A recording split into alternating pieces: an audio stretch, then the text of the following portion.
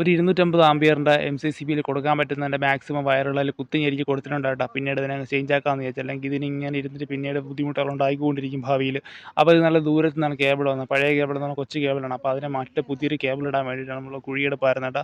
2 ദിവസത്തെ ജോലിയായിരുന്നു. നല്ല ബുദ്ധിമുട്ടുണ്ടായിരുന്നു. നല്ല പാടം, നല്ല ടൈറ്റായിരുന്നു ഈ മണൽ. കാണുന്നത് പോലെയല്ല. അപ്പോൾ കുറച്ച് നേരം വെള്ളമൊക്കെ ഒഴിച്ചിട്ടിട്ടാണ് അതിനെ ടൈറ്റ് ആക്കിയത്.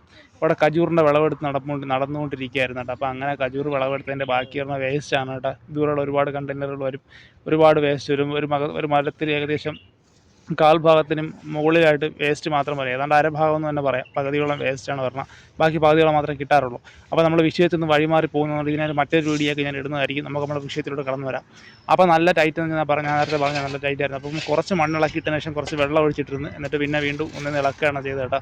ഏതാണ്ട് ഒരു 70 മീറ്ററോളം അടുപ്പിച്ചുണ്ടായിരുന്നു കുഴിക്കാനായിട്ട്. നമ്മൾ രണ്ടുപേർ മാത്രമേ ഉള്ളായിരുന്നു. നല്ല ബുദ്ധിമുട്ടായിരുന്നു കുഴിക്കാൻ. നല്ല ഹെവി പാടായിരുന്നു. മറ്റൊരു വീഡിയോ കാണിച്ചു തരാം അടുത്ത കേട്ടോ.